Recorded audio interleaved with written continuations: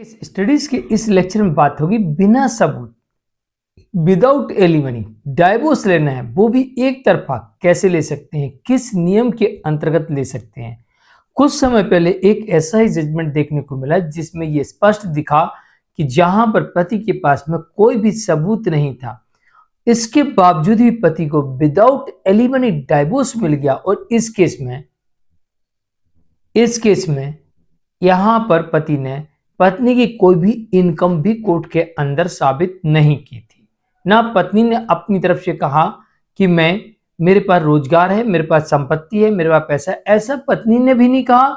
ना पति ने अपनी तरफ से पत्नी के विरुद्ध कोई सबूत दिया, यानी कि पत्नी बेरोजगार, उसके बावजूद भी पति के पास कोई सबूत ना होना, फिर भी पति को विदाउट एलिमनी एक तरफा डिवोर्स मिल जाता है। जबकि आमतौर पर ऐसा देखा जाता है कि जहां पर पत्नी बेरोजगार हो वहां पर कोर्ट मेंटेनेंस और एलिमनी तय कर देती है।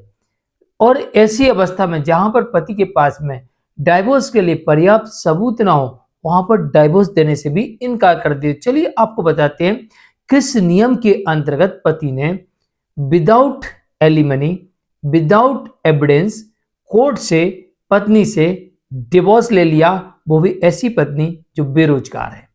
जय जिनेंद्र, मुकेश जैन।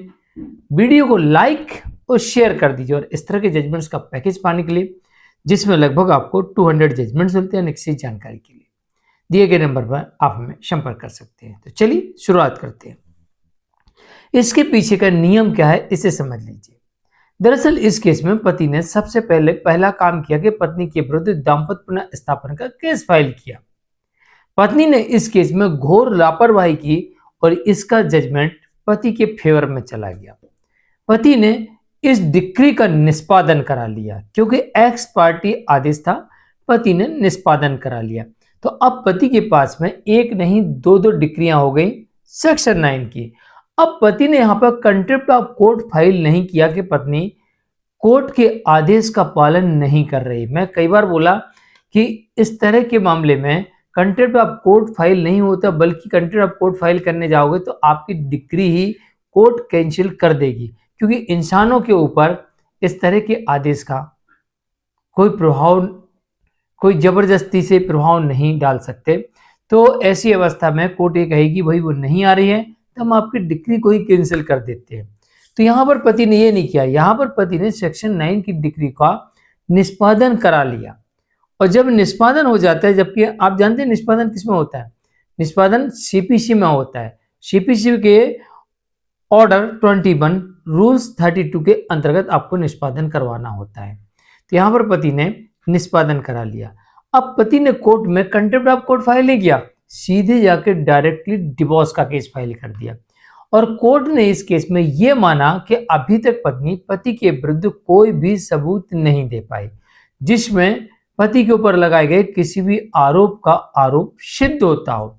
दूसरी तरफ यह भी कोर्ट ने माना इस मामले में कि पत्नी बिना किसी कारण के अलग रह रही है, जो कि पति से अलग रहने का पत्नी के पास में कोई पर्याप्त कारण नहीं है।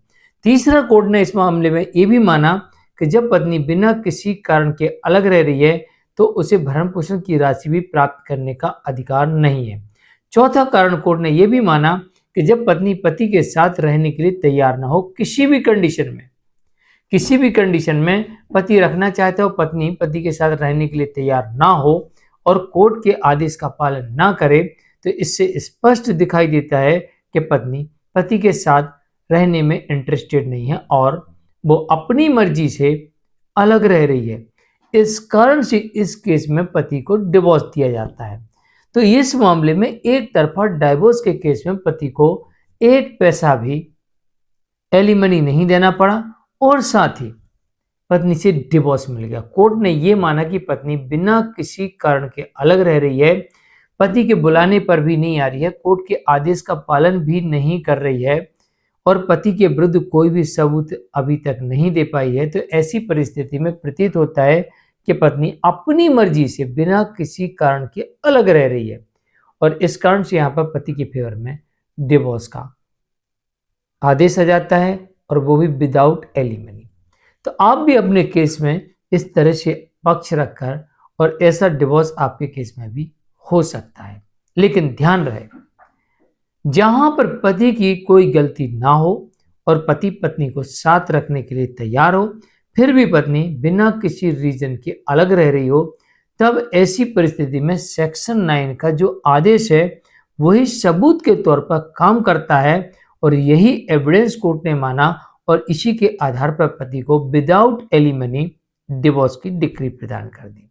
तो आज के लिए इतना ही। मैं मुकेश जैन, नमस्कार।